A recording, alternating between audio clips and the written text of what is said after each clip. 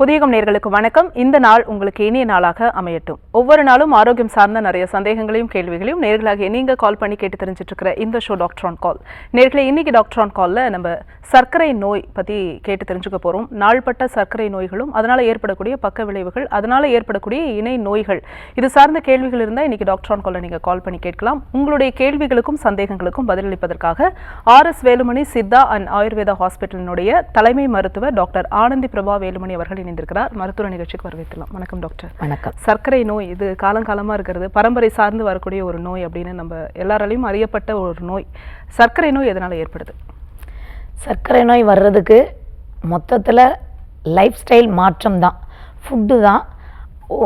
குறைந்த சதவீதம் தான் நம்ம மரபணு மூலமாக ஜெனட்டிக் மூலமாக வருது. இன்னும் நிறைய பேருக்கு நம்ம தான் உருவாக்கிக்கிறோம். சர்க்கரை நோய்க்குள்ளே நம்மளே தள்ளிக்கிறோம். அதற்கு காரணம் என்ன அப்படின்னா, நம்மளுடைய உணவு பழக்கங்கள் தான், உணவு கட்டுப்பாடு இன்மை தான் காரணம் இதுக்கு முக்கியமாக. இப்போ இந்த மாதிரி ஏற்பட்ட சர்க்கரை நோய் நிறைய பேருக்கு வந்துருச்சு அப்படின்னா, இப்போ இவங்க எதெல்லாம் மாற்றணுங்கிறத நம்ம பார்க்கலாம். ஆனால் நிறைய பேருக்கு இந்த சர்க்கரை நோய் வர்றதுனால என்னென்ன பிரச்சனைகள் வர்றது அப்படிங்கிறத நம்ம இப்போ இன்றைய காலகட்டத்தில் நிறைய பேருக்கு சுகர் இருக்குது.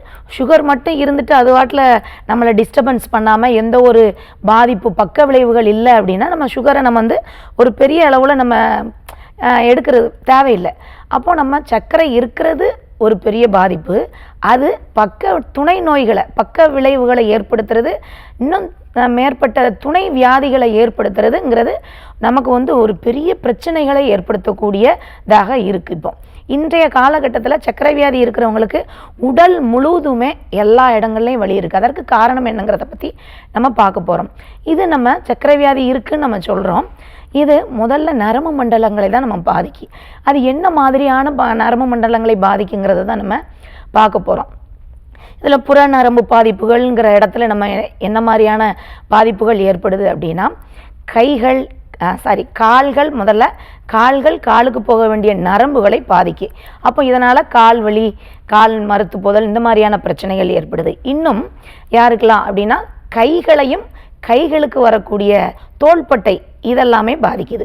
அப்போ இந்த மாதிரி இயக்கங்களில் கையை இயக்கக்கூடிய நரம்பு பாதிக்கப்படுறதுனால கை, தோள்பட்டை இந்த இடத்துலலாம் மறுத்து போகிறது, உணர்வின்மை, இந்த மாதிரியான விஷயங்கள். காலுக்கு போக வேண்டிய ஃபஸ்ட்டு பாதிக்கக்கூடியது யார் அப்படின்னா, காலுக்கு போகிற நரம்புகள், காலை இயக்கக்கூடிய நரம்புகள். அதனால் கால் வலி, கால் வீக்கம், இந்த மாதிரி நிறைய கால் சம்மந்தப்பட்ட பிரச்சனைகள் நிறைய வரும். இதை மட்டுமா அப்படின்னு நம்ம பார்த்தோம்னா கிடையாது. இதுலேயே நிறைய கேட்டகரிஸ் இருக்குது. இன்னும் நம்ம உடம்பை, உள்ளுறுப்புகளை இயக்கக்கூடிய நரம்புகளை பாதிக்கும். இது என்ன அப்படின்னா, இதுதான் நம்ம நிறைய விஷயத்தில் நமக்கு கஷ்டத்தை ஏற்படுத்தக்கூடியதாக இருக்குது, பக்க விளைவுகளை அதிகமாக ஏற்படுத்தக்கூடியதாக இருக்குது. இதில் என்ன அப்படின்னு நம்ம பார்த்தோம் அப்படின்னா, இதயம் இருக்குது. இதயத்தை இயக்கக்கூடிய நரம்புகளை பாதிக்கும். இன்னும் சிறுநீரகங்களை இயக்கக்கூடிய நரம்புகளை பாதிக்கும். இன்னும் வயிற்று பகுதிக்கு வரக்கூடிய நரம்புகள் இருக்கு இல்லையா, இந்த வயிற்றுக்கு வரக்கூடிய நரம்புகளை எல்லாமே பாதிக்கும். அப்போ என்ன ஆகுது, வயிற்றுக்கு வரக்கூடிய நரம்புகளை பாதிச்சிச்சுன்னா நமக்கு டைஜஷன், செரிமான மண்டலத்தில் நிறைய பாதிப்பு ஏற்படுது. செரிமான மண்டலத்தை யாரெல்லாம் தூண்டுதல் கொடுக்காங்களோ, யாரெல்லாம் வழிவகுக்கிறாங்களோ அந்த உறுப்புகளையும் பாதிக்கும். இப்போ உதாரணத்துக்கு பார்த்தீங்கன்னா, கல்லீரலை பாதிக்கி, கணைய பகுதியை பாதிக்கி, கால் பிளாடரை பாதிக்கி, இந்த மாதிரியான வயிறு சம்பந்தப்பட்ட பிரச்சனைகளை உண்டாக்கக்கூடிய, அதாவது அனைத்து நரம்புகளையும் எங்கெங்கே வரக்கூடிய நரம்புகளெல்லாம் பாதிக்கும். இப்போ நரம்பு மண்டலம்னா நமக்கு ஃபுல் பாடியை இயக்கக்கூடியதே நரம்பு மண்டலம் தான். ஆனால் இந்த குறிப்பாக உள்ளுறுப்புகளை, இதயம் மற்றும் நமக்கு வயிற்று பகுதி, அதாவது செரிமான மண்டலம், இரைப்பை பகுதி, இது எல்லாத்தையும் நம்ம வரக்கூடிய நரம்பு நரம்புகளை பாதிக்கப்படுது. இப்போ இதனால் இதயம், நமக்கு சிறுநீரகம், இப்போ வயிற்றுப்பகுதி, இது சார்ந்த பிரச்சனைகள் நிறைய எழும்புது. அப்போ அதனாலையும் அடுத்தடுத்த பிரச்சனைகள் ஏற்படுது. இது நரம்பு மண்டலம் பாதிக்கப்படுறதுனால வரக்கூடியது. இன்னும் நிறைய பேருக்கு என்ன பண்ணுது அப்படின்னா, நம்ம ட்ரிகர் பண்ணுறோம், சில ஃபேக்டர்ஸை ட்ரிகர் பண்ணுறோம். இது எதனால் அப்படின்னா, அதிக இப்போ சர்க்கரை வியாதி இருக்கிறவங்களுக்கு ஸ்மோக்கிங் பண்ணுறவங்களா இருக்கலாம், அல்லது நிறைய ஹை பிளட் ப்ரெஷர் இருக்கிறவங்களா இருக்கலாம், அல்லது பிஎம்ஐங்கிற வேல்யூ வந்து ஜாஸ்தியாக இருக்கிறவங்களா இருக்கலாம், எல்லாம் ஃபுட் டயட்டே இல்லை, வாக்கிங் இல்லை, இந்த மாதிரி பாதிப்புகளை நம்மளாக ஏற்படுத்தக்கூடிய நபராக இருக்கலாம். அவங்களுக்கும் இந்த மாதிரியான விஷயம் வந்து ஈஸியாகவே பாதிக்கக்கூடிய நரம்பு மண்டலம் பாதிக்குது. இப்போ சர்க்கரை இருக்கிறவங்க சப்போஸ் இருக்குது, வலி இல்லை, எந்த ஒரு பிரச்சனையும் இல்லைங்கிறவங்க இந்த மாதிரி துணை நோய்கள் ஆல்ரெடி இருக்கிறவங்களுக்கு நரம்பு மண்டலம் பாதிக்கும். சப்போஸ் சர்க்கரை இருந்து இதெல்லாம் பாதிக்கப்படலைன்னாலும் பாதிக்கிறதுக்கும் வாய்ப்புகள் இருக்குது. அப்போது இந்த சர்க்கரை வியாதி இருந்தால் நரம்பு மண்டலம் எல்லாமே பாதிக்குங்கிறது ஒரு கான்ஸ்டண்ட்டான விஷயமா இருக்குது. அதை பாதிக்கிறதுக்கு என்னெல்லாம் ரீசன் அப்போ பார்த்தோன்னா, நான் சொல்லிட்டேன் நரம்பு மண்டலம் பாதிக்கு இது இதனாலலாம். ஆனால் இதை நம்ம தான் டேமேஜ் பண்ணுறோங்கிற ஒரு ரீசனையும் நான் சொல்லிட்டேன். அப்போ இதெல்லாம் நம்ம தடுக்கணுன்னா நம்மளே தடுத்துடலாம். அதை செட்டில் பண்ணி நம்ம சர்க்கரையை கட்டுப்பாட்டுக்குள்ளே வச்சுக்கலாம். இதெல்லாம் நம்ம ஃபாலோ பண்ணோம் அப்படின்னா சர்க்கரை வந்து ஆட்டோமேட்டிக்காகவே குறைஞ்சிரும். ஆனால் காரணிகள்ங்கிறது இருக்குது, அதை நம்ம வர்றதில் பார்க்கலாம். தொடர்ந்து பேசலாம் டாக்டர். காலர் லைனில் இருக்காங்க. வணக்கம். வணக்கம், உங்கள் பேர் சொல்லுங்கள். வணக்கம் மேடம், கனவலன் பேசுகிறேன். எந்த ஊர்லேருந்து பேசுகிறீங்க? முன்பகையில் பேசுகிறேன். சரி, உங்க கேள்வியை கேட்கலாம், மருத்துவர்கிட்ட கேளுங்க. என் அக்காவுக்கு சுகர் வந்து கட்டாயம் வந்து 2003 வந்துருக்கு, எலிசேரி போட்டுருக்காங்க. சொல்லுங்க சார். எலிசேரி போட்டுருக்காங்க. புரியல, என்ன போட்டிருக்காங்க? எலிசேரி ஊசி போட்டுருக்காங்க. இன்சுலின் போட்டுட்டு இருக்காங்க. Okay okay. அது வந்து இப்போ 2 மாசமா வந்து முழங்க காட்சி ஏன்னா காப்பாக வயசாக முழங்கால் வலிக்குதா? கால் பகுதிகள்லாம் வலிக்கு. சரி, சர்க்கரை இருந்தாலே வந்து கால் போகிற நரம்பு முதல்ல பாதிக்கப்படக்கூடியது காலை இயக்கக்கூடிய நரம்பு தான். அதனால தான் உங்களுக்கு கால் பகுதியில் உள்ள தசை பகுதிகள்லாம் வீக் ஆயிரும். அதனால தான் உங்களுக்கு கால் வலிக்கு, கால் நடக்க முடியாமல் போகுது. சரிங்களா? வேற என்ன இன்சுலின் எடுக்கீங்க, கால் வலிக்கு, வேற ஏதாவது பிரச்சனைகள் இருக்கா? இந்த கீரைகள் சாப்பிட்டதுனால லூஸ் மோஷன் ஆகுது. ஓ, கீரைகள் சாப்பிட்றதுனால லூஸ் மோஷன் ஆகுது. இது ஏன் அப்படின்னா, கீரைகள் சாப்பிட்டு லூஸ் மோஷன் ஆகுதுனாலே உங்களுக்கு வந்து கிட்னி ப்ராப்ளம் இருக்குன்னு அர்த்தம். அதனால் நீங்கள் கீரையை அவாய்ட் பண்ணுறது மிக முக்கியம். ஏன்னா கீரைகளில் நிறைய தாது உப்புகள் இருக்குது. அதை வந்து அதற்கு தேவையான நீர்ச்சத்து வேணும். அப்போ தான் கிட்னியால் அந்த தாது உப்புகளை வெளியேற்ற முடியும். அப்போ கீரை சாப்பிட்டு ஒருத்தருக்கு டயரியா வருதுனாலே அது வந்து இப்போதைக்கு நீங்கள் கீரையை அவாய்ட் பண்ணுறது மிக முக்கியம். அது ஏன்னா அதில் நிறைய மெட்டல்ஸ் இருக்குது. இந்த மெட்டல்ஸ் நிறைய வெளியேற்றணும் அப்படின்னா சிறுநீரகம் ஒழுங்காக இயங்கலை, சரியான தாது உப்புகளை அது வெளியேற்றலை, அது வந்து ஒருவேளை கிரானிக் கிட்னி டிசீஸாக மாறலாம், அல்லது யூரிக் ஆசிட் மாதிரியான ஆசிடுகள் ரத்தத்தில் அதிகமாக இருந்தால் இந்த மாதிரி விளைவுகள் ஏற்படுத்தும். அதனால் நீங்கள் கீரையை அவாய்ட் பண்ணிடுங்க. ப்ளஸ் நீங்கள் இந்த கால் வலி இதெல்லாம் இருக்குங்கிறதுனால நரம்பு மண்டலத்தை பாதிக்கி ரத்தத்தில் சத்து குறைபாடுகளை ஏற்படுத்தும். பலவீனம், அதாவது ரத்தத்துக்கு தேவையான பொட்டாசியம், விட்டமின் இ, இந்த மாதிரியான சத்துக்கள் தசைகளுக்கு தேவையான நரம்பு மண்டலத்தை பாதிக்கிறதுனால உங்களுக்கு ஏற்படுது ஐயா. இதை வந்து ஈஸியாகவே சரி பண்ணலாம். இதை எப்படி அப்படின்னா, நரம்பு மண்டலத்தை எல்லாமே நம்ம வந்து பாதுகாப்பாக வச்சுக்கிடணும், ஸ்டிமுலேட் பண்ணணும், இரத்த நாளங்களை சுத்தப்படுத்தணும், இரத்த நாளங்களை நல்ல முறையாக சுத்தப்படுத்தி இரத்தத்தை சத்து நிரம்பியதாக மாற்றணும், இரத்த சர்க்கரையை கட்டுப்பாட்டுக்குள் வைக்கணும். இதெல்லாம் நம்ம பண்ணும்போது உங்களுக்கு கால் வலி குணமாகும். தசைப்பகுதிகளில் வலி, ஹாஃப் மசிலில் ஏற்படக்கூடிய வலிகள் எல்லாமே சரியாகும், நிரந்தரமாக சரியாயிரும். ரத்தத்தில் உள்ள சர்க்கரையோட அளவை கட்டுப்பாட்டுக்குள்ளே வைக்கணும். முதல்ல நம்ம இன்சுலினை வந்து படிப்படியாக குறைக்கணும், டேப்லெட்டுக்கு கொண்டு வரணும், ஃபுட் டயட்டை மாற்றி இதெல்லாம் பண்ணும்போது இது சாத்தியம். இதை நிரந்தரமாகவே சரி பண்ணலாம். நீங்கள் நேரில் கூட வந்து பாருங்கள். நன்றி. அடுத்த அழைப்பாளர் யாருன்னு பார்க்கலாம். வணக்கம், உங்கள் பேர் சொல்லுங்கள். இணைப்பில் இருக்கீங்க, டிவி வால்யூம் குறைச்சிட்டு ஃபோனில் பேசுங்க. உங்கள் பேர் சொல்லுங்கள். டிவி பார்க்காதீங்கம்மா, ஃபோனில் பேசுங்க. உங்கள் பேர் சொல்லுங்கள். ஹலோ அம்மா, உங்கள் பேர் எந்த ஊர்லேருந்து? ஐஸ்வர்யா. எந்த ஊர்லேருந்து பேசுகிறீங்கம்மா? பாகம். சரி, உங்கள் கேள்வியை கேளுங்கம்மா. இந்த பச்சை கொஞ்சம் 3 வயசு குழந்தைக்கு பப்பாளி பழம் கொடுத்துட்டே இருந்தோம், டெய்லியும் கொடுப்போம். என்னது அது கொடுக்குறப்போ ஒருத்தவங்க சொன்னாங்க பச்சைக்கு கொடுக்கக்கூடாது, பப்பாளி பழம் கர்ப்பப்பை பாதிக்கும் அப்படின்னு சொல்றாங்க. அதை எப்படி? 3 வயது குழந்தைக்கு கொடுத்தீங்களாம்மா? ஆமா. சரிம்மா, எத்தனை நாள் தொடர்ச்சியாக கொடுத்தீங்க? வாங்குறதுல தொடர்ச்சியா இல்லை, ஏற்று வைக்க இந்த 1 கிலோ வாங்கினா கொடுப்போம். சரிம்மா. எல்லா பழங்களுமே அந்த சாப்பிடக்கூடிய பருவம்தான், நிறைய கொடுக்கணும்னு அவசியம் இல்லை. அந்த குழந்தைக்கு தேவையான எல்லாமே ஒவ்வொரு பீஸ் கொடுக்கலாம், தவறு ஒன்றும் இல்லை. சரிங்களா? எல்லா பழங்கள்லையும் எல்லா சத்துக்களும் இருக்குது. இப்போ பப்பாயான்னு பார்த்தீங்கன்னா விட்டமின் ஏ இருக்குது, நிறைய மல்டி விட்டமின் இருக்குது. அதுக்காக அதுவே நிறைய குவான்டிட்டி கொடுக்கக்கூடாது, எல்லாமே ஒரு அளவு தான். ஒரு 3 வயசு குழந்தைக்கு என்ன அளவு தேவை, ஒரு பீஸில் ஒரு குட்டி பாதி ஒரு கடி போதும். இந்த மாதிரி விஷயம் ஒரு கடி கொடுத்தா போதுமா? எல்லா பழத்துலேயுமே ஒரு கடி கொடுத்தீங்க அப்படின்னா போதுமானதாக இருக்கும். அளவை தாண்டி நீங்கள் கொடுத்தீங்கன்னா உடனே டயரியில் கொண்டு விட்டுரும். மற்றபடி எந்த ஒரு நீங்கள் சொன்ன விஷயங்கள் எல்லாமே தவறு. எல்லா உணவும் கொடுக்கலாம், அளவாக கொடுக்கணும். நன்றி மழைத்தமைக்கு. இப்போ நம்ம சர்க்கரை நோய் பற்றி பேசியிருந்தோம். சர்க்கரை நோய் ஒருவருக்கு இருக்குது அப்படின்னா அந்த உள்ளுறுப்புகளில் என்னென்ன உறுப்புகள் வந்து பாதிக்கப்படுது? சர்க்கரை வியாதி இருக்குது அப்படின்னாலே நிறைய உள்ளுறுப்புகள் பாதிக்கும். நான் ஏற்கனவே சொல்லிட்டேன், முதல்ல நரம்பு மண்டலம். ஆனால் அதற்கான காரணிகள் நான் சொல்லணும். இப்போ இதில் என்ன அப்படின்னா இந்த ஹைப்பர் கிளைசீமியான்னு சொல்லக்கூடிய உயர் இரத்த சர்க்கரை ரொம்ப காலமாக இருக்குன்னு வைங்களேன், அவங்களுக்கு நரம்பு மண்டலம் பாதிக்கும்.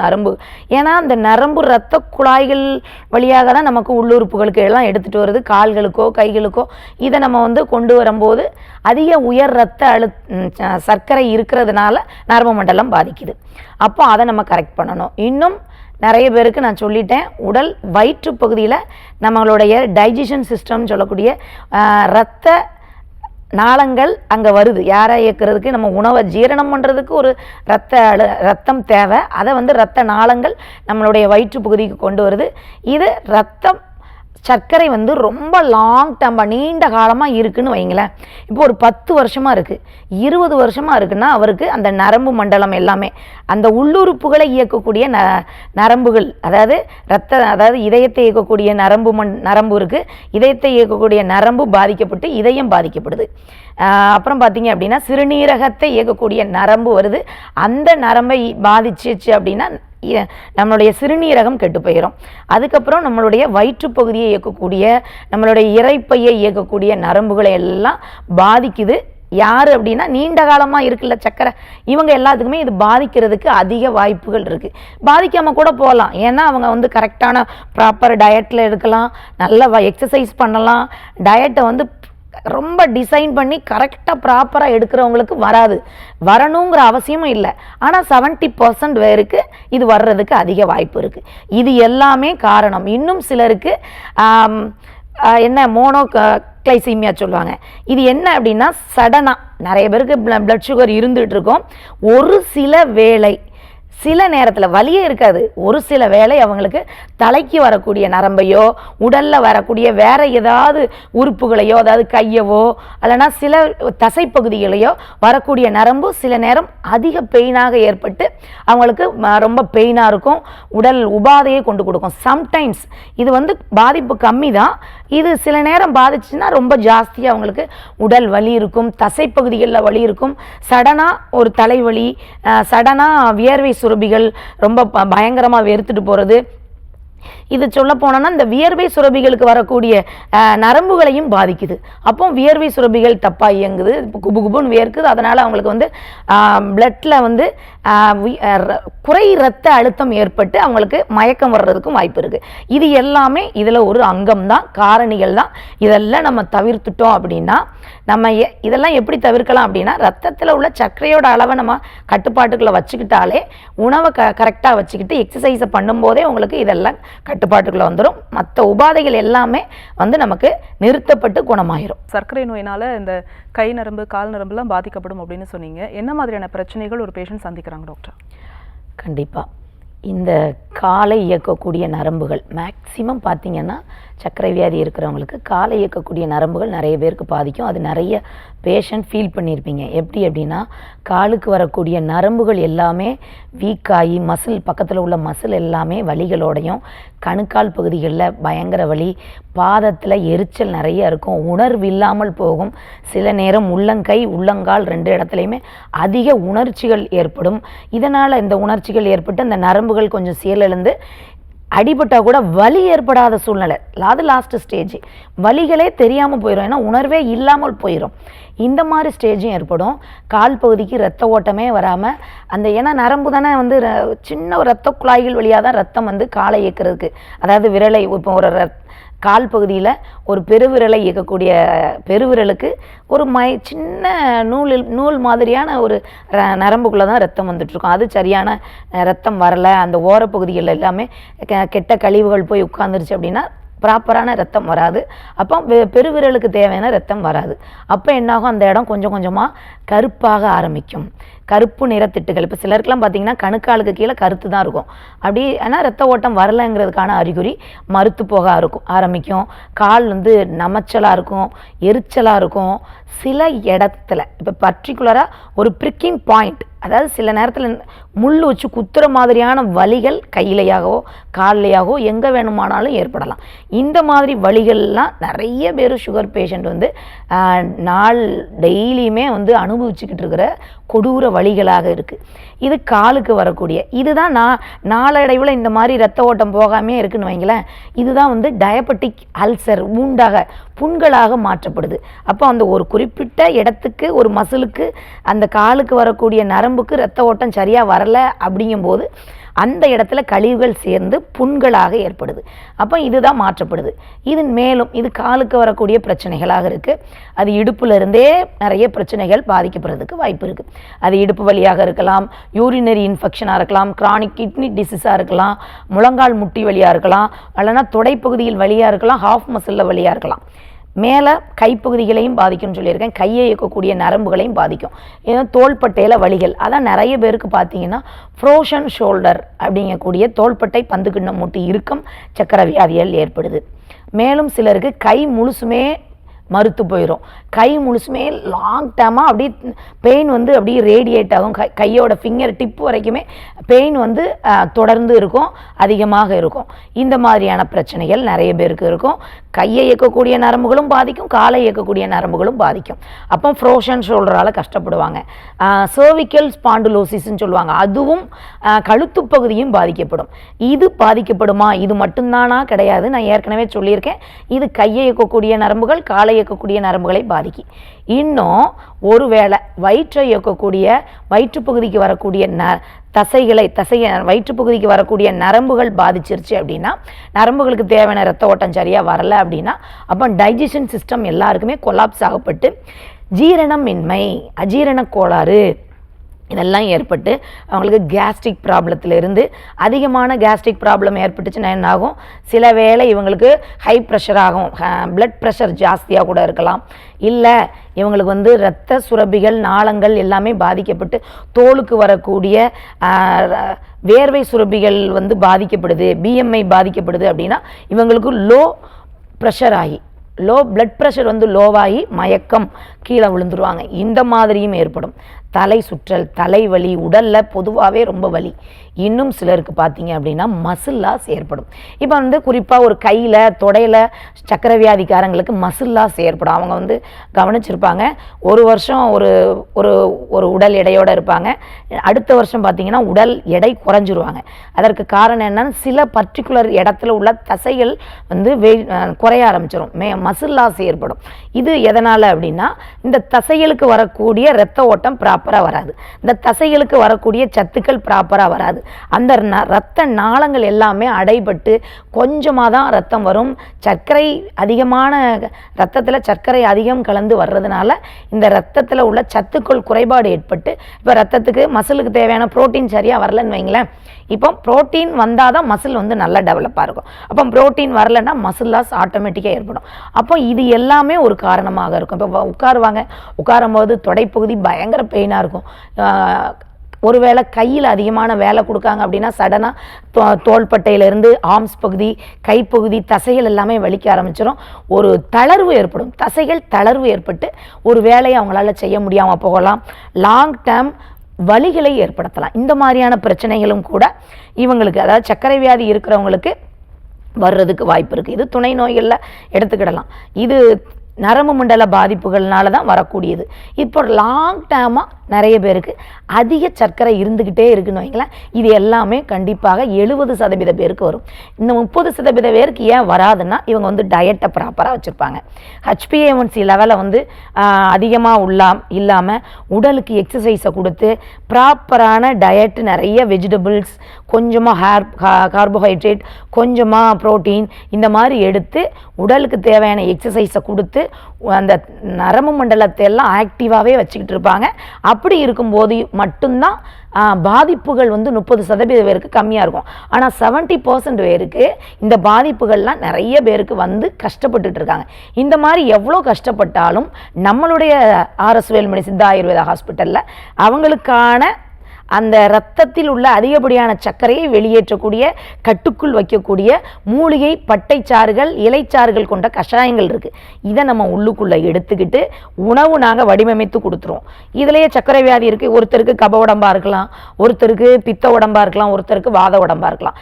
இவங்களுக்கு ஏற்றாற் போல் உணவு கட்டுப்பாடை கொடுத்து எக்ஸசைஸ், இப்போ வந்து ரொம்ப நடக்க முடியாத ஆள்களுக்கு சின்ன வீட்டிலே இருந்து சின்ன சின்ன எக்ஸசைஸ் மட்டும், ஒவ்வொரு ஜாயிண்டையும் அசைவுபடுத்தக்கூடிய சின்ன சின்ன எக்ஸசைஸ் மட்டும் கொடுக்கும்போதே வந்து இதனால் ஏற்படக்கூடிய வலிகள் எல்லாமே கம்மியாயிரும். அது எல்லா ஜாயிண்ட்லையும் பெயின் வந்து குறைய ஆரம்பிச்சிடும். மேலும் நம்மளுடைய ஆர்எஸ் வேலுமணி சித்தா ஆயுர்வேத ஹாஸ்பிட்டலில் என்ன அப்படின்னா வர்ம சிகிச்சை. இந்த நரம்புகள் பாதிக்கப்படுதுன்னு சொன்ன இல்லையா, இந்த நரம்புகளை ஆக்டிவேட் பண்ணக்கூடிய, ஸ்டிமுலேட் பண்ணக்கூடிய நம்ம வர்ம தெரப்பிகள் இருக்குது. அந்த புள்ளிகளை இயக்கி அந்த புள்ளிகளை தூண்டுவித்து அதற்கு தேவையான மசாஜ் ஒற்றடங்கள் நம்ம கொடுக்கும் போதும் நம்ம அந்த நரம்பு பாதிப்புகள் வந்து குறைஞ்சி அந்த நரம்புகள் இயக்கக்கூடிய மசில் பெயின், இணைப்புகளில் வழியை வந்து நம்ம சரிப்படுத்தலாம். இதற்கு முக்கியமாக நம்ம ஃபாலோ பண்ண வேண்டியது என்ன அப்படின்னு நம்ம பார்த்தோன்னா உணவு கட்டுப்பாடு, மருத்துவ முறை, அடுத்து வந்து நமக்கு எக்ஸசைஸ். இதெல்லாம் ப்ராப்பராக நம்ம பண்ணும்போது அவங்களுக்கு வந்து நம்ம எந்த ஒரு பாதிப்பாக இருந்தாலும் முற்றிலுமாக சரியாயிரும். ஸோ நம்ம வந்து டயட் ப்ராப்பராக ஃபாலோ பண்ணாமல் நாள்பட்டு இருக்கக்கூடிய சர்க்கரை நோய்க்கு நரம்பு மண்டலம் எந்த அளவுக்கு பாதிக்கப்படுதுன்னு சொல்லியிருந்தீங்க. எனக்கு தெரிஞ்ச ஒருத்தர் டாக்டர், அவருக்கு வந்து உணவு கட்டுப்பாடு இருக்குது. சாப்பிட்றதுக்கு முன்னாடி டெஸ்ட் பண்ணும்போது 300 அந்த அளவில் இருக்குது, சாப்பிட்டதுக்கு அப்புறம் 340ங்கிறது இருக்குது. அந்த 40 அப்படிங்கிறது எப்படி இன்க்ரீஸ் ஆகுது டாக்டர்? இப்போ பார்த்தீங்கன்னா இது ஒரு நல்ல கேள்வி. நிறைய பேர் இந்த மாதிரியான சூழ்நிலையில் அதாவது தெரியாமல் இருக்காங்க. இப்போ சாப்பிட முன்னாடி 300 சர்க்கரை இருக்குது அப்படின்னா இரவு நேரத்தில் உணவு எடுத்திருப்பாங்க. அந்த சர்க்கரை வந்து ரத்தத்திலே இருக்குதுன்னு அர்த்தம். அப்போ இருக்குது, காலையில் ஒரு 3 இட்லி சாப்பிட்டாங்கன்னு வைங்களேன், ஏற்கனவே அவருக்கு வந்து இன்சுலின் சுரப்பு கம்மியாக இருக்குது. அப்போ கம்மியாக இருந்ததோட வெளிப்பாடு தான் ஏற்கனவே நைட்டு உள்ள சர்க்கரையவே வந்து வெளியேற்ற முடியாமல் எல்லா செல்களுக்கும் கொண்டு போக முடியாமல் இருக்குது. அப்போ மேலே அவர் வந்து இப்போ ஏன்னா பசி எடுத்துரும், அப்போ காலை உணவை எடுத்துருவார். இந்த காலை உணவு சாப்பிடும்போது அது எக்ஸஸ் சர்க்கரையை ஏற்படுத்தும். இந்த சர்க்கரை இப்போ 4 இட்லி எடுக்கிறாரு அப்படின்னா 2 இட்லி எடுக்காருன்னா அதில் உள்ள கார்போஹைட்ரேட் எல்லாமே சர்க்கரையாக தான் கன்வெர்ட் ஆகும். அப்போ இவர் என்ன பண்ணணும்? இட்லி தான் இப்போ ப்ராப்பர் டயட்டுங்கிறது. இவங்க இட்லியாக இருக்கலாம், இல்லை சப்பாத்தியாக இருக்கலாம், எல்லாமே மாவுச்சத்து தான். அப்போ மாவுச்சத்து எல்லாமே என்னது அப்படின்னா கார்போஹைட்ரேட் தான். ஏற்கனவே கார்போஹைட்ரேட் இருந்தால் யார் நிறையா இருக்கணும் அப்படின்னா இன்சுலின்கிற ஒன்று வந்து அளவாக கரெக்டாக உருவாகும் போது தான் அந்த இன்சுலின் தான் அந்த சர்க்கரையை கொண்டு எல்லா இடத்துக்கும் கேரி பண்ணி கொடுக்குது. அப்போ இவர் குறைவாக சுரக்கும் போது நம்ம ஃபுட்டை தான் மாற்றணுமே ஒழிஞ்சு நம்ம இதை வந்து நீங்கள் ஃபுட் டயட்டுங்கிறது நீங்கள் எடுக்கவே முடியாது. நான் 2 இட்லி சாப்பிட்றேன், 3 இட்லி சாப்பிட்றேன், நைட் 2 சப்பாத்தி சாப்பிட்றேங்கிறது. ஆனால் எல்லாமே நீங்கள் மாவுச்சத்தாக தான் கொடுக்கீங்க, கார்போஹைட்ரேட்டாக தான் போகுது. கார்போஹைட்ரேட் எல்லாமே சுகராக தான் கன்வெர்ட் ஆகுது. அப்போ இந்த சர்க்கரையை நம்ம வந்து எரிக்கலை இல்லையா, அதை வந்து எனர்ஜியாக கன்வெர்ட் பண்ணலை. அப்போ எனர்ஜியாக கன்வெர்ட் பண்ணலை, அது எல்லா செல்களுக்கும் போய் சேரலை. அப்படிங்கும்போது நம்ம ஃபுட் டயட்டை எப்படி மாற்றணும் அப்படின்னா பசியை அதிக நேரம்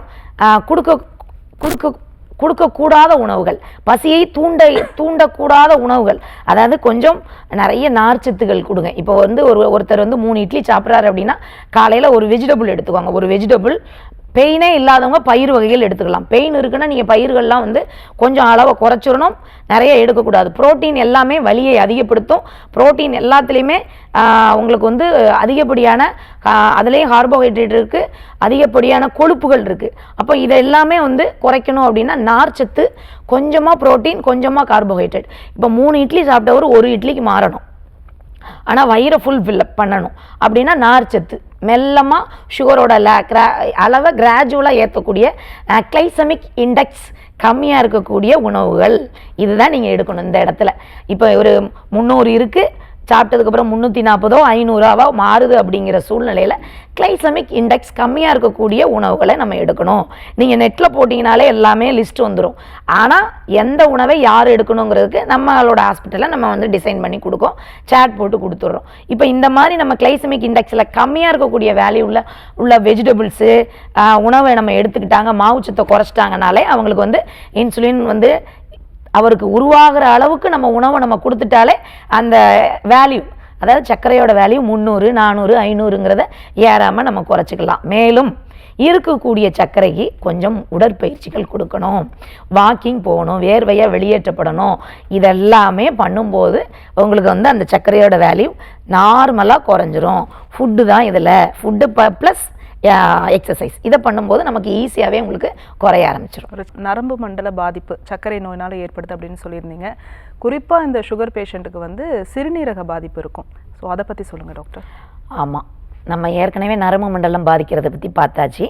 இப்போ உள்ளுறுப்புகள் எந்த வகையிலெல்லாம் பாதிக்கப்படுது? சர்க்கரை இருக்கிறதுனால, நீண்ட காலம் உயர் சர்க்கரை அழுத்தம் இருக்கிறதுனாலையோ, இரத்த சர்க்கரை இருக்கிறதுனாலையோ, நீண்ட காலம் சர்க்கரை இருந்துக்கிட்டே இருக்கிறவங்களுக்கு இந்த உள்ளுறுப்புகள் எல்லாமே பாதிக்கப்படும்.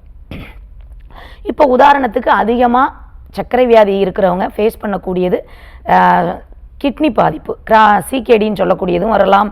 இல்லைனா உங்களுக்கு டயாலிசிஸ் வரைக்கும் போகுது, அந்த மாதிரி பிரச்சனைகள். அதாவது கிட்னிங்கிற ஒரு உள்ளுறுப்பு அது சரியாக இயக்கம் இல்லாமல், இப்போ அதாவது எப்படி வந்து உள்ளுறுப்புகள் நரம்பு அதுக்கு கிட்னிக்கு வரக்கூடிய சிறுநீரகத்துக்கு வரக்கூடிய நரம்புகள் வந்து பாதிக்கப்பட்டால் நம்மளுடைய சிறுநீரகம் இயக்கம் பாதிக்கப்படும். அதே மாதிரி தான் இனப்பெருக்க மண்டலமும் பாதிக்கப்படும். இது ரெண்டுமே பக்கம் தான். உங்களுக்கு சிறுநீரகமும் இனப்பெருக்க மண்டலம் ரெண்டுமே பாதிக்கப்படும். எப்போ அப்படின்னா இந்த சர்க்கரை வியாதி இருக்கிறவங்களுக்கு, லாங் டேர்ம் ஹை சர்க்கரை இருக்கிறவங்க, லாங் டேர்மாக சர்க்கரை வியாதி இருக்கிறவங்க, இவங்க 2 பேருக்குமே உள்ளுறுப்புகள் பாதிக்கப்படும். அதில் வந்து சிறுநீரகம் பாதிக்கப்படுறதை பற்றி இன்றைக்கி பார்க்க போகிறோம். இப்போ என்ன அப்படின்னா, இவங்களுக்கு வந்து சிறுநீரகம் வந்து அதனுடைய கழிவுகளை வெளியேற்றுவதில் சிரமப்படும். இப்போ இதே மாதிரி திணறிக்கிட்டே இருக்குன்னு வைங்களேன். டெய்லி நம்ம ஃபுட்டு போட்டுக்கிட்டு இருக்கோம், நம்ம பல வகையான கால்சியம், மெக்னீஷியம், பொட்டாசியம், இந்த மாதிரி நிறைய சோடியம், இந்த மாதிரி நிறைய மெட்டல்ஸை நம்ம உண்ணக்கூடிய உணவு நம்ம வந்து எடுத்துக்கிட்டே இருக்கோம். நம்ம உடம்புக்கு தேவை போக மற்ற எல்லாமே யார் வெளியேற்றுறா அப்படின்னா நமக்கு சிறுநீரகம் தான் நம்ம யூரின் வழியாக வெளியேற்றுது. அப்போ இது வந்து சரியான ஃபங்க்ஷன் இல்லை அப்படின்னா நமக்கு ரத்தத்திலே கலந்துரும். அப்போ ரத்தத்திலே கலக்குது அப்படின்னா ரத்தம் சுத்தமின்மையால் நிறைய பிரச்சனைகள் வரும். அதுபோக இந்த சிறுநீரகம் வந்து நிறைய பிரச்சனைகள் வரும். யூரினரி இன்ஃபெக்ஷன் வரலாம், இனப்பெருக்க மண்டலத்தில் நிறைய பிரச்சனைகள் வரலாம். தாது உப்புகள் நிறைய வெளியேற்றப்படாதனால என்ன ஆகும் அப்படின்னா அங்கே உள்ள ரீனல் ஃபங்க்ஷன் குறைஞ்சி அவங்களுக்கு வந்து சிகேடி வரலாம், அல்லது டயாலிசிஸ் வரைக்கும் தள்ளலாம். இந்த கிட்னி பிரச்சனைகள் எதுவாக இருந்தாலும் அவங்களுக்கு தோலையோ அல்லது தோலை பாதுகாக்க வேண்டிய இரத்த புரதத்தையோ, அடுத்து சிறுநீரகம் மட்டும் நீங்கள் நினைக்கிங்க, சிறுநீரகம் சரியாக இயங்கலனாலே அடுத்தடுத்த உள்ளுறுப்புகள் பாதிக்கப்படும். இப்போ இவர் சரியான கழிவை வெளியேற்றலாம் வைங்களேன், ரத்தத்தில் நிறைய கழிவுகள் சேர்ந்துருது. இப்போ அதிகப்படியான கால்சியமே எடுத்துக்கிடும், பொட்டாசியமே எடுத்துக்கிடும். இது ரொம்ப ஜாஸ்தி ஆயிடுச்சு பிளட்டில் அப்படின்னா கால் வீங்க ஆரம்பிச்சிரும், முழங்கால் முட்டி வீங்க ஆரம்பிச்சிரும், ஒவ்வொரு ஜாயிண்ட்டுகளும் வீங்க ஆரம்பிச்சிரும். அதோடு சேர்த்து உங்களுக்கு இருதயத்துக்கு வரக்கூடிய நரம்புகளுக்கு உள்ள கூட உங்களுக்கு கால்சியம் டெபாசிட் ஆகி அங்கே பிளாக் ஏற்பட்டு, அதனால தான் வந்து ஹார்ட் பேஷண்ட்லாம் பார்த்தீங்க அப்படின்னா உங்களுக்கு வந்து பிளாக் எடுக்கிறதுக்கு ஆப்ரேஷன் போகிறாங்க, ஸ்டண்டு வைக்காங்க. இந்த மாதிரி நிறைய விஷயங்கள், இந்த மாதிரி ஸ்ட்ரோக்காக கூட இருக்கலாம். இந்த மாதிரி நிறைய விஷயங்கள் வந்து ஏற்படுறதுக்கு வாய்ப்பு இருக்குது. காரணம் என்ன அப்படின்னா ரத்தம் சிறுநீரகத்திலிருந்து சிறுநீரகம் வந்து சரியான கழிவுகளை ரத்தத்திலிருந்து வெளியேற்றலை அப்படின்னாலே ரத்தத்தில் அதிகப்படியான தாது உப்புக்கள் எல்லாமே, மெட்டல்ஸ் எல்லாமே கலந்து அந்த ரத்தம் எந்தெந்த உறுப்புகளுக்கெல்லாம் செலுத்தப்படுதோ அப்போ அடுத்த எல்லா உறுப்புகளுமே பாதிக்கப்படுறதுக்கு வாய்ப்பு இருக்குது. அப்போ மைலூட்டாக வரக்கூடிய கண் நரம்புகள் பாதிக்கலாம். மூளைக்கு செல்லக்கூடிய நரம்புகளில் அங்கே வந்து ஒரு இரத்த கட்டுகள் ஏற்பட்டு ஸ்ட்ரோக் வரலாம். மூளை நரம்பு மண்டலம் சரியான இரத்த ஓட்டத்தை போகாமல் ஓரத்தில் ஏதோ பிளாக் இருக்குது அப்படின்னா அந்த நரம்பு ஆட்டம், அதாவது நரம்பு எல்லாருக்குமே கைகாலெலாம் நரம்பு தளர்ச்சி ஏற்படலாம். இந்த மாதிரி ஒவ்வொரு பிரச்சனைகளுக்கும் உள்ளாக்கலாம். நிறைய பேருக்கு வந்து நுரையீரல் பாதிப்பு ஏற்படுறதுக்கு வாய்ப்பு இருக்குது. நுரையீரல் பாதிப்புன்னு ஏற்பட்டு அடிக்கடி நிறைய சளி பிடிக்கும். அந்த மாதிரியான விஷயங்கள், ரத்தம் சுத்தமே இல்லை அப்படின்னா நிறைய பேருக்கு பாருங்க சக்கரை வியாதி இருக்கிறவங்களுக்கு அங்கங்கே அரிப்பு ஏற்படும், கரிய நிற திட்டுகள் ஏற்படும். அந்த அரிப்பு ஏற்படத்துல நீர் கூட வெளியேறதுக்கு வாய்ப்பு இருக்கு. அப்போ தோல் கெட்டு போகிறதுக்கு வாய்ப்பு இருக்குது. ஐஜியோட வேல்யூ வந்து மாற்றப்படுறதுக்கு வாய்ப்பு இருக்குது. இந்த மாதிரிலாம் இருக்கிறதுனால அடுத்த பிரச்சனைகள், இப்போ சிறுநீரகம்ங்கிற ஒரு உறுப்பு அதனுடைய வேலையை சரியாக செய்யலை, பாதிக்குது அப்படின்னா நிறைய பேருக்கு சுகர் இருக்கும், அவங்களுக்கு அதிகமாக பதட்டம் வரும், ஸ்ட்ரெஸ் ஆகும். இதற்கு காரணமும் வந்து சிறுநீரகம் தான். ஏன்னா அங்கேயும் ஒரு ஹார்மோன் சுரக்கப்படுது அங்கே அட்ரினலில். அப்போ அந்த ஹார்மோன் ஒரு பதட்டமோ பயமோ ஸ்ட்ரெஸ்ஸோ ஆகும்போது சடனாக அவங்களுக்கு வந்து ஒரு பயம், சடனாக வேர்க்கிறது, சடனாக ஒரு நரம்பு பிரச்சனைகள் ஏற்படுறது. இந்த மாதிரியெல்லாம் போகும்போது நரம்பு மண்டலம் மொத்தமாக டேமேஜ் ஆகப்படுது, ரொம்ப வேர்க்கிறது, மோஷன் அடிக்கடி போகிற உணர்வுகள் ஏற்படுது, யூரின் அடிக்கடி போகிற உணர்வுகள் எல்லாமே ஏற்படுது. இது எல்லாருக்குமே எல்லாத்துக்குமே காரணம் என்ன அப்படின்னா சிறுநீரகம் வந்து சரியாக ப்ராப்பராக இயங்கலை. சிறுநீரகத்தில் ஒரு சுரப்பு வருதுன்னு சொன்னேன், இந்த சுரப்பு அட்ரினல் சுரப்பு, அட்ரினல்ங்கிற இடத்துல சுரப்பு சரியாக ஏற்படலை அப்படின்னாலும் பிரச்சனை ஏற்படுறதுக்கு. இன்னொன்று ஏற்கனவே சொல்லியிருக்கேன், நம்மளுடைய போன் மேரோவில் இரத்த சிவப்பணுக்கள் உற்பத்தி ஆகிறது எல்லாருக்கும் தெரியும். இங்கே இவர் நல்ல ரத்தம் உற்பத்தி ஆகணும்னா கூட நம்ம சிறுநீரகத்தில் எரித்ரோபோலின்ங்கிற ஒரு ஹார்மோன்கள் சுரக்கப்படுது.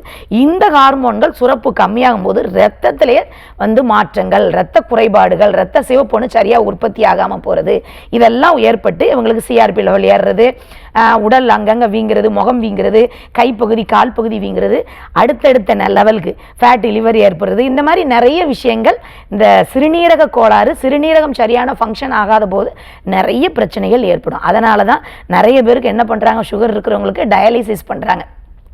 ஏன்னா ரத்தத்தை சுத்தப்படுத்துறது சிறுநீரகம். அதனால் ரத்தத்தை வந்து டயாலிசிஸ் அந்த மிஷினுக்குள்ளே செலுத்தி, இந்த மிஷின் வந்து கெட்ட கழிவுகளெல்லாம் செலுத்திட்டு நல்ல ரத்தத்தை அனுப்புது. இதுதான் டயாலிசிஸ். அப்போ இதெல்லாம் வந்து ஒரு மிஷின் பண்ணுற அளவுக்கு கொண்டு வர்றதுக்கு காரணம் நம்மளுடைய சிறுநீரகத்தில் ஏற்படக்கூடிய பழுதான். அது வந்து சரியான இயக்கம் குறைவு தான், குறையும் இயக்கம் யாரால, நம்மளால தான் குறையுது. ரொம்ப நாளாக சர்க்கரை வியாதி இருக்குன்னு. அப்போ சர்க்கரையை கட்டுக்குள்ளே கொண்டு வர்றது மட்டும்தான் இதற்கு நிரந்தர சொல்யூஷன். அதற்கு உணவு கட்டுப்பாடு, சரியான மெடிக்கேஷன், இது எல்லாமே உடற்பயிற்சி, இதெல்லாம் நம்ம ப்ராப்பராக எடுக்கும்போது நம்ம இரத்த சர்க்கரை கட்டுப்பாட்டுக்குள்ளே வச்சுட்டு, இரத்த சர்க்கரை வந்து உயர்றதுனால பாதிப்புகள், உடல் உபாதைகள் மற்றும் பக்க விளைவுகள் எல்லாமே முற்றிலும் குறைஞ்சி பாதிப்பே இல்லாமல் போயிடும். நன்றி டாக்டர். நம்ம தொடர்ந்து பேசலாம். ஒரு காலர் லைன்ல இருக்காங்க. வணக்கம், உங்க பேர் சொல்லுங்க. வணக்கம், இணைப்பில் இருக்கீங்க, தொடர்ந்து பேசலாம். உங்க பேர் எந்த ஊர்ல இருந்து? கோயம்புத்தூர்ல இருந்து பேசுறோம் மேடம். சரிம்மா, உங்க கேள்வியை கேளுங்க டாக்டர் கிட்ட. சரி அம்மா சொல்லுங்கம்மா. எனக்கு ப்ரெஷர் இருந்துச்சு. என்னம்மா இருந்துச்சு?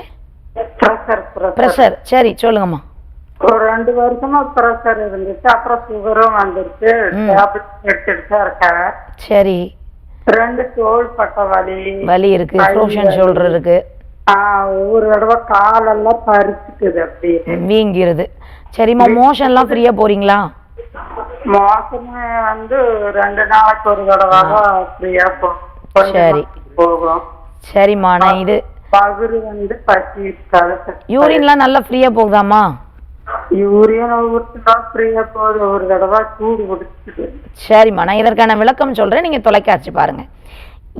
இந்த மாதிரி கட்டத்தில் தான் நிறைய பேஷண்ட் இருக்காங்க. ஏன்னா உடம்பை சரியாக கவனிக்கலை. இப்போ நான் ஏற்கனவே சொல்லியிருக்கேன், அதிகப்படியான சர்க்கரை இருந்தாலோ பிளட் ப்ரெஷர் இந்த மாதிரி இருக்கும்போது என்ன ஆகும் அப்படின்னா, வயிற்றுக்கு வரக்கூடிய நரம்பு, அதாவது டைஜஷன் சிஸ்டத்தை இயக்கக்கூடிய நரம்பு சரியான வேலை செய்யாது, ரத்த ஓட்டம் சரியாக வராதுன்னு வைங்களேன். இப்போ அது தொடர்பாக வயிற்று பகுதிக்கு சரியான ரத்த ஓட்டம் வரலனாலே கான்ஸ்டிபேஷன் வந்துடும். இப்போ இந்த அம்மாவுக்கும் அதே மாதிரி தான், மோஷன் சரியாக போகலை, கான்ஸ்டிபேஷன் ஆகுதுன்னா அதன் வழியாக மோஷன் வழியாக போகக்கூடிய சரியான கழிவுகள் எல்லாம் முறையாக வெளியேற்றப்படாமல் ரத்தத்திலே ஆட் ஆகும். அப்போ இவங்களுக்கு கான்ஸ்டிபேஷன் ஒரு ப்ராப்ளம். ரத்தத்தில் அதிகப்படியான கெட்ட பொருள்கள், தாது உப்புகளாக இருக்கட்டும், கெட்ட அமிலங்களாக இருக்கட்டும், எல்லாமே ஆட் ஆகிட்டு இருக்கு. அப்போ அந்த ஆட் ஆகுறதோட கழிவுகள் சேர்றதோட கட்டம் தான் இவங்களுக்கு வந்து எல்லாமே பருத்து போகுதுன்னு சொல்கிறாங்க. கால் பருத்து போகுது, வீக்கம் ஏற்படுது. இதெல்லாம் வீக்கத்துக்கு காரணம் ரத்தம் சுத்தம் இல்லாமல் இருக்குது. ரத்தத்தில் ஒரு கழிவுகள் வந்து நிறைய ஆட் ஆகி இருக்குது. அதை நம்ம வெளியேற்றுவதற்கு முயற்சிகள் எடுக்கலை. அப்போ இவங்கெல்லாம் என்ன பண்ணணும், வயிற்றை தான் முதல்ல சுத்தப்படுத்தணும். அப்போ வயிறை இவங்க ஆட்டோமேட்டிக்காக சுத்தப்படுத்திட்டாங்கன்னா அது கொஞ்சம் கழிவுகள் முறையாக வெளியேற ஆரம்பிச்சிடும். அப்புறம் ரத்தத்தில் இது சரியாக இயங்காததுனால ரத்தம் வந்து அழுக்காகுதில்ல, ரத்தம் சுத்தம் இல்லாமல் ஆகுதில்ல. அப்போ ரத்தத்தை சுத்தப்படுத்துறதுக்கு பிளட் ப்ரெஷரை குறைக்கணும், குறைக்கணும். அதுக்கு வந்து நம்ம உள்ளுக்குள்ள சரியான சிறுநீர் பெருக்கி செய்ய வேண்ட மருந்து.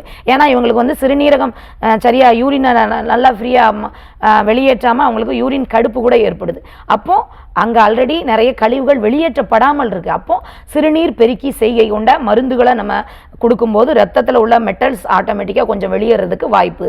மேலும் தண்ணி நிறையா குடிக்கணும். டயட்டை ப்ராப்பராக ஃபாலோ பண்ணி ரத்தத்தின் சர்க்கரையோட அளவை நம்ம ப்ராப்பராக குறைக்கும் போது இவங்களுக்கு ஏற்பட்ட மொத்த பிரச்சனையும், அதாவது கரெக்டான மருத்துவ முறை, கரெக்டான உடற்பயிற்சி, கரெக்டான உணவு, இதெல்லாம் மூணையும் நம்ம ஃபாலோ பண்ணும்போது இவங்களுக்கு ஏற்பட்ட பிரச்சனை போல் இருக்கக்கூடிய அத்தனை பேருக்குமே அவங்களுக்கு வந்து இந்த கால் வீக்கம் இருக்கிறது, வலிகள் இருக்கிறது, இது எல்லாமே முற்றிலும் நம்ம சிகிச்சையில் மருந்துகள் மற்றும் நல்ல வரும தெரப்பி, நம்ம டயட்டு, அடுத்து பார்த்தீங்கன்னா எக்ஸசைஸ், இதெல்லாம் ஃபாலோ பண்ணணும். முற்றிலும் சரியாயிருமா? ஒன்றும் பயப்படணும்னு அவசியம் இல்லை. முதல்ல இவங்களுக்கு வந்து வயிற்றை தான் சுத்தப்படுத்தணும். மலத்தை வந்து இன்னைக்கு சாப்பிட்டா மார்னிங் மலம் வந்து ஃப்ரீ ஆயிடணும். நிறைய தண்ணி குடிக்கணும். யூரினரி இன்ஃபெக்ஷன் ஈஸியாக ஆகும். யாருக்கு அப்படின்னா இந்த சர்க்கரை வியாதி இருக்கிறவங்களுக்கு. அப்போ தண்ணீர் நிறைய எடுக்கணும். இவங்கெல்லாம் என்ன நினைக்கிறாங்க, நிறைய பேஷண்ட் நான் டெய்லி பார்க்குற சர்க்கரை வியாதி பேஷண்ட் எல்லாருமே யூரின் அடிக்கடி எனக்கு போகுது, அதனால் நான் தண்ணி குடித்தா எனக்கு ரொம்ப கஷ்டமாக இருக்குது, போகணும், எனக்கு எப்போவும் நான் எந்திரிச்சு போகிற ஃபீல் இருக்குது, அதற்காக நான் தண்ணி சரியாக குடிக்கல. இந்த பதில் நிறைய பேஷண்ட் சொல்கிறாங்க. கண்டிப்பாக அப்படி இல்லை. நீங்கள் தண்ணியே குடிக்கலைன்னா கூட ரத்தத்தில் உள்ள நீர்ச்சத்தை எடுத்துக்கிட்டு வெளியே யூரின் போகும். அப்போ நீர்ச்சத்தை ஈக்குவல் பண்ணுறதுக்கு, சமநிலைப்படுத்துறதுக்கு நம்ம தண்ணி குடிக்கணும். தண்ணி சரியாக குடிக்கலைன்னா உள்ளுறுப்புகள் இயக்கம் குறைவடையும், சரியான தாது உப்புகள் வெளியேற்றப்படாது. அப்போ அடுத்த பிரச்சனைக்கு நீங்கள் தள்ளப்படுவீங்க, பிபி ரைஸ் ஆகும். இதெல்லாம் நீங்கள் ஃபாலோ பண்ணணும் அப்படின்னா ப்ராப்பர் டயட்டு, தண்ணி நிறையா குடிக்கணும், எக்ஸசைஸ் பண்ணணும், சரியான மருத்துவ முறை எடுக்கணும். தெரப்பி இதில் அவசியம். நிறைய பேருக்கு எக்ஸசைஸ் தெரப்பி இதெல்லாம் நிறைய பேருக்கு பண்ணி அந்த நரம்புகள் ஆக்டிவேட் பண்ணப்பட்டு குறைய ஆரம்பிச்சிடும். இதற்கு பெர்மனன்ட் சொல்யூஷன் என்ன அப்படின்னா ஃபுட்டு, கரெக்டான மெடிக்கேஷன், கரெக்டான எக்ஸசைஸ், இது பண்ணும்போது ஈஸியாகவே குறைஞ்சிருமா? ஒன்றும் பயப்படாதீங்க. கோயம்புத்தூர் சொன்னீங்க, நம்மளுடைய கோயம்புத்தூரில் நம்மளுடைய கிளினிக் இருக்குது, நேரில் கூட வந்து பார்க்கலாம். தொடர்ந்து பேசலாம். ஒரு காலர் லைனில் இருக்காங்க, யாருன்னு பார்க்கலாம். வணக்கம், உங்கள் பேர் சொல்லுங்கள். மேடம், எந்த ஊர்லேருந்து பேசுகிறீங்க சார்? பெரியபாளையம். யாருக்கா கேட்குறீங்க? எனக்கு உங்கள் வயது சொல்லிட்டு பேசுங்க. 43. உங்கள் கேள்வியை கேளுங்க சார். எனக்கு ஒரு 30 வருஷமா சைனஸ் ப்ராப்ளம் இருக்கு. 30 வருஷமா சைனஸ் ப்ராப்ளம் இருக்கு. சரி, சொல்லுங்க. 30 வருஷமா இருக்கு. ரொம்ப இது அந்த ஏசில வேலை செய்ய முடியல, அப்ப தண்ணி குடிக்க முடியல. ஏதாவது வந்து வெளியில இந்த விக்கெட், அதாவது குளிர்ந்த ஒரு இதுல வந்து போக முடியல. ஓகே, இப்போ வேற ஏதாவது மருந்து மாத்திரைகள் எடுத்துக்கிட்டு இருக்கீங்களா? மருந்து நான் வந்து இங்கிலீஷ் மெடிசன், அது அலோபதி மருந்துலாம் நான், அப்புறம் ஸ்கேன் பார்த்துருக்கேன், அப்புறம் வந்து ட்ரீப்லாம் போட்டாங்க. ஐயா, என்ன வேலை பார்க்கீங்க? நான் ஹோட்டல்ல இதுவா இருக்கேன், கேப்டனா இருக்கேன் சர்வீஸ்ல. நீங்க ஹோட்டல்ல ஒர்க் பண்றீங்க. என்ன மாதிரி ஒர்க்? சமையல் பண்ணுவீங்களா? அந்த சமையல்ல ஆர்டர் டேக், அதாவது நம்ம வந்து வர கெஸ்ட்டுக்கு நம்ம பையனா ஆர்டர் வச்சு நம்ம வந்து கிச்சன்ல கொடுக்கணும். சரியா? மூலமா. Okay okay. நீங்க வந்து இந்த பிரச்சனை எவ்வளவு வருஷமா இருக்கு உங்களுக்கு, சைனஸ் பிரச்சனை? சரி, இப்போ அது கேட்கலையா, எவ்வளவு வருஷமா உங்களுக்கு வந்து சைனஸ் ப்ராப்ளம் இருக்கு? சரி, சின்ன வயசுல இருந்து எப்போ உங்களுக்கு வந்து மோஷன் ஃப்ரீயா போகுதா? மோஷன் ஃப்ரீயா போகுது, எப்பவுமே ஃப்ரீயா போயிடும் மார்னிங் எந்திரிச்ச உடனே. ஆமா, அதெல்லாம் ஓகே. சின்ன வயசுல உங்களுக்கு வீடை சுற்றி நிறைய தோட்டம், நீங்க எந்த ஊரு, எந்த ஏரியா? நான் வந்து கிராமம் தான். சரி, சரிங்கய்யா. மாடு, தூசி, மாடு வளர்க்குறது, கோழி வளர்க்குறது, அந்த மாதிரிலாம், புறா மாடுலாம் இருந்தது இல்லையா? சரி, ஓகேயா. நான் இதற்கான விளக்கம் சொல்கிறேன், நீங்கள் தொலைக்காட்சி பாருங்கள். இப்போ நிறைய பேருக்கு என்ன அப்படின்னா, ஒருவேளை அவங்க அம்மாவுக்கு இருந்திருக்கலாம், அது ட்ரிகர் ஆகி இவங்களுக்கு வந்து பாதிச்சிருக்கலாம். அப்படி இல்லை அப்படின்னா இவங்களுக்கு வந்து அவங்களுடைய சிறு வயதில் அடிக்கடி சளி பிடிச்சிருக்கும். இப்போ நிறைய பேர் சின்ன வயதில் அடிக்கடி சளி பிடிக்கினாலே அவங்களுக்கு சைனஸோ ஆஸ்மாவோ ஒரு 30 வயசுக்கு மேலே வர்றதுக்கு அதிக வாய்ப்பு இருக்குது. அப்போது இவர் வந்து சின்ன வயதில் ஒரு தூசி நிறைந்த இடத்துலையோ ஏன்னா கிராமப்புறங்களில் தூசி அது எல்லாருக்கும் ஒத்துக்கணும்னு அவசியம் இல்லை. இப்போ ஒரு 100 பேருக்கு ஒத்துக்கிறது இவருக்கு ஒத்துக்கிடாமல் போகலாம். இவருடைய நுரையீரல் வந்து வீக்காக இருந்திருக்கலாம் சிறு வயதிலேயே. அப்போ உள்ளே போய் அந்த பிளாக்கை ஏற்படுத்தி அவருக்கு வந்து சைனஸாக மாறி இருக்கலாம். அதாவது சைனஸ் கிளாண்டில் எல்லாமே வந்து சளி போய் காற்று இருக்க வேண்டிய இடத்துல எல்லாம் சளி போய் உட்கார்ந்துருக்கும். இப்போ இதனால் காற்று வந்து நுரையீரலுக்கு சரியாக போகாமல் இருந்திருக்கும். அந்த வழிகள் பாத்வே ஏர் பாத்வே எல்லாமே ஒரு கழிவுகளால் ஓரப்பகுதியில் சளியோடு இருக்குது அப்படின்னா அவங்களுக்கு வந்து சைனஸ் வர்றதுக்கு வாய்ப்பு இருக்குது. அப்போ இது எல்லாமே ஒரு காரணம். அவங்களுடைய சுற்றுப்புற சூழல், முதல்ல சுற்றுப்புற சூழல். இவருக்கு வந்து அவருடைய சுற்றுப்புற சூழலில் நிறைய தூசி புகை, கிராமப்புறங்களில் ஆடு மாடு இதிலிருந்து வெளியேறக்கூடிய இந்த டஸ்ட்டு, அந்த சாணத்தில் உள்ள ஸ்மெல்லு, யூரினில் உள்ள ஸ்மெல்லு இவங்களுக்கு ஆகாமல் இருந்திருக்கலாம். இது உள்ள ஒவ்வாமையை ஏற்படுத்தி சைனஸ் வரும். இப்போ ஒவ்வாமைங்கிறது என்ன? ஒரு சுற்றுப்புற சூழலில் ஒரு புகை. இப்போ ஒரு நார்மலாக இப்போ இந்த சென்னையில் நிறைய கழிவு ஏர் வந்து மாசுபடுது, காற்று வந்து மாசுபடுது. இந்த இடத்துல பல பேர் நம்ம போய்கிட்டு இருக்கோம். இதில் 100 பேரில் ஒரு 50 பேருக்கு எந்த ஒரு பாதிப்பும் வராது. நுரையீரல் ஸ்ட்ராங்கு, அவங்களுக்கு எந்த ஒரு பாதிப்புமே இருக்காது. இன்னும் 50% ஒரு 30% பேருக்கு அவங்களுக்கு வந்து பிரச்சனை இருக்கும், நுரையீரலில் கோளாறு இருக்கும். அந்த தூசி வந்து உள்ளே போய் உட்கார்ந்து அவங்களுக்கு வந்து பிரச்சனையை ஏற்படுத்தி அங்கங்கே பிளாக் ஏற்படுத்தும். அதனால் இவங்களுக்கு குளிர்ந்த காற்றோ தூசியோ உள்ளே போய் போய் போய் இந்த துவாரங்கள் எல்லாம் அடைபட்டு அந்த தூசி இருக்குன்னு வைங்களேன். இப்போ நம்ம உடம்புலையே ஒரு வேதி மாற்றம் ஏற்படுது. என்ன அப்படின்னா, ஒரு தூசி உள்ளே போயிட்டு அப்படின்னா, இப்போ அந்த மூச்சு வழியாக போய் ஒரு காதை சுற்றி உள்ள குழிகளுக்குள்ளே போய் உட்கார்ந்துக்கிடுச்சுன்னா அந்த தூசியை வெளியேற்றுவதற்காக ஒரு சலைவ மாதிரி, அதாவது சளிப்படலம் உருவாகும். இந்த சளி தான் வந்து அந்த கழிவை வெளியேற்றும். இல்லைன்னா தூசி போய் உள்ளே ஒட்டிக்கிடும் இல்லையா? அப்படி உருவாகி சேர்ந்தப்பட்டது தான் அந்த சைனஸ் குழிகளில் சளி. இந்த சளி வந்து வெளியே வந்துருச்சு அப்படின்னா அவங்களுக்கு வந்து சைனஸால் ஒரு உபாதைகள் வராது. மேலும் மேலும் இந்த சைனஸை நம்ம கிரியேட் பண்ணிக்கிட்டு இருக்கோம். நம்ம அந்த தூசிக்குள்ளேயே இருக்கோம். இப்போவும் இவர் வந்து கேட்ரிங் ஹோட்டலில் ஒர்க் பண்ணுறாரு. அங்கே உள்ள தூசியோ அந்த சமையல் ஸ்மெல்லோ ஏர் பொல்யூஷனோ ஏசிக்குள்ளேயே இருக்கிறதோ. இப்போ ஏசி அறையில் உள்ள ஒரு ஷாப்பில் வேலை செய்கிறாரு அப்படின்னா ஏசிக்குள்ளேயே இருக்காருன்னா குளிர்ந்த காற்றுகள் உள்ளே போய் அவருக்கு வந்து பிளாக்கை திரும்பியும் ஏற்படுத்தும். அதனால் இவருக்கு வந்து கிரானிக்காகவே வந்து சைனஸ் பிரச்சனை ஏற்படுது. அப்போ என்ன பண்ணணும்? இப்போ ஏசிலே இருக்காரு அப்படின்னா இவர் வந்து ஒரு காட்டன் பால் வச்சு காதை மூடிக்கிடணும். முடிஞ்ச அளவுக்கு காலையிலலாம் ஒரு வெயில் பயிற்சியை மேற்கொள்ளணும், நல்ல மூச்சு பயிற்சியை மேற்கொள்ளணும், நல்ல ஒரு உடல் பயிற்சியை மேற்கொள்ளணும், ஃபுட்டை வந்து கரெக்ட் பண்ணணும். இப்போ இவர் வந்து சைனஸ் இருக்குன்னா குளிர்ந்த வகைகளான உணவுகளை நம்ம எடுக்கிறத குறைச்சிட்டு, ரொம்ப நீர்ச்சத்து ரொம்ப நீர் புளிகிற மாதிரி உணவுகளை குறைச்சிட்டு நல்ல காய்கறிகள், வேறு நிறைய காய்கறிகள் இருக்குது, பீன்ஸு இந்த மாதிரி கேரட்டு இந்த மாதிரியான வெஜிடபிள்ஸ் சாப்பிட்டுட்டு அந்த வெஜிடபிள்ஸ்க்கு மேலே ஃபுட்டு எடுக்கிறத பழக்கமாகிக்கிடணும். மேலும் ஏற்கனவே இருக்கக்கூடிய சைனஸ் குழிகளில் உள்ள சளியை, அப்புறம் ஏர் பாத்வேல உள்ள சளிகளை வெளியேற்றுவதற்கு உள்ளுக்குள்ளே கரெக்டான மருத்துவ முறைகள் கொடுத்து கஷாயங்களை உள்ளே கொடுத்து அந்த சளியை மொத்தமாக மோஷன் வழியாக வெளியெடுக்கிறதுக்கு மருத்துவ முறைகளை நம்ம ஃபாலோ பண்ணி கொடுக்கும்போது இயற்கையிலேயே நம்ம உணவில் கூட இவர் வந்து என்ன எடுத்துக்கலாம், மஞ்சள் பெப்பர் இதெல்லாம் எடுத்துக்கிட்டு ஹனி கலந்து நம்ம டெய்லி உணவில் காலையில் ஒரு வேளை எடுத்துக்கிட்டால் அதில் உள்ள கழிவுகள் எல்லாமே முறையாக வெளியேற்றப்பட்டு சில கிருமிகள் கூட அதனால் அழியப்பட்டு அவருக்கு அந்த பாதைகள் சைனஸ் குழிகள் எல்லாமே ப்ராப்பராக இருக்கும்.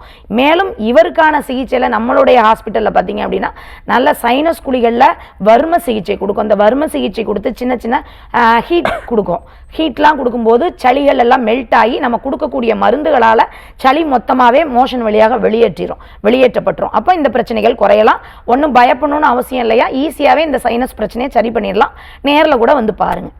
Thanks for calling sir. நல்ல ஒரு எக்ஸ்ப்ளனேஷன் கொடுத்துருக்கீங்க டாக்டர். நம்ம சர்க்கரை நோய் பற்றி பேசும்போது இன்சுலின் டிபெண்டன்சியாக ரொம்ப நாளாக இருக்கும். இன்சுலின் எடுக்கவே வேண்டாம், எங்களுக்கு வந்து சர்க்கரை நோயிலேருந்து ரிவர்ஸ் ஆகி நான் வந்து நல்லா இருக்கணும் அப்படின்னா என்ன மாதிரியான ட்ரீட்மெண்ட் ஆர்எஸ் வேலுமணி சித்தா ஆயுர்வேதா ஹாஸ்பிட்டலில் நீங்கள் ப்ரொவைட் பண்ணுறீங்க? கண்டிப்பாக இப்போ இந்த மாதிரியான சர்க்கரை வியாதியால் பாதிக்கப்பட்டவங்க என்ன உடல் உபாதைகள் இருந்தாலும் அவங்களுக்கான வர்ம சிகிச்சை கொடுப்போம். இப்போ வந்து கழுத்து தோள்பட்டை வலிக்குன்னா அந்த நரம்பு மண்டலத்தை ஸ்டிமுலேட் பண்ணி வர்ம புள்ளிகளை ஸ்டிமுலேட் பண்ணி அவங்களுக்கான வர்ம சிகிச்சை கொடுத்து மசாஜ் ஒற்றடங்கள் கொடுக்கும் எக்ஸ்டர்னலாக. மேலும் அவங்களுக்கு இன்டர்னலாக என்ன கொடுக்கும் அப்படின்னா அவங்களோட டயட்டை நம்ம வடிவமைத்து கொடுக்கும். ப்ளஸ் நம்மளுடைய மெடிக்கேஷன், நம்மளுடைய மருத்துவ முறை எப்படி இருக்குது அப்படின்னா அவங்களுடைய ரத்தத்தில் உள்ள சர்க்கரையை வெளிப்படுத்தக்கூடிய, இரத்தத்தை சுத்தப்படுத்தக்கூடிய கஷாயங்கள், பட்டைச்சாறுகள்லாம் இருக்குது. மூலிகைகள், சர்க்கரையை இயற்கையிலேயே குறைக்கக்கூடிய மூலிகை சாறுகள் இருக்குது. அதை நம்ம உள்ளுக்குள்ளே கொடுக்கும்.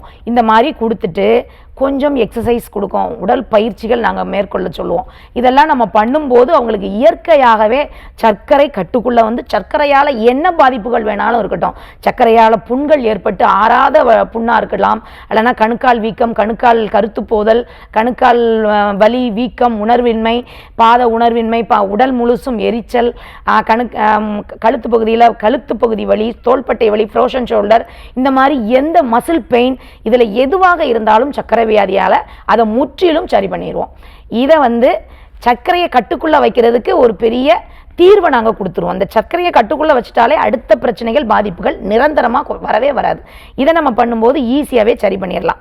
மேலும் நம்மளுடைய ஹாஸ்பிட்டல் பார்த்திங்கன்னா சென்னையில் வடபழனியில் 100 அடி ரோடு மேலே புத்தூர்கட் போன் அண்ட் ஜாயின்ட் சென்டரோட மாடி பகுதியில் ஆர்எஸ் வேலுமணி சித்தா ஆயுர்வேதா ஹாஸ்பிட்டல் இயங்கிக்கிட்டு வருது.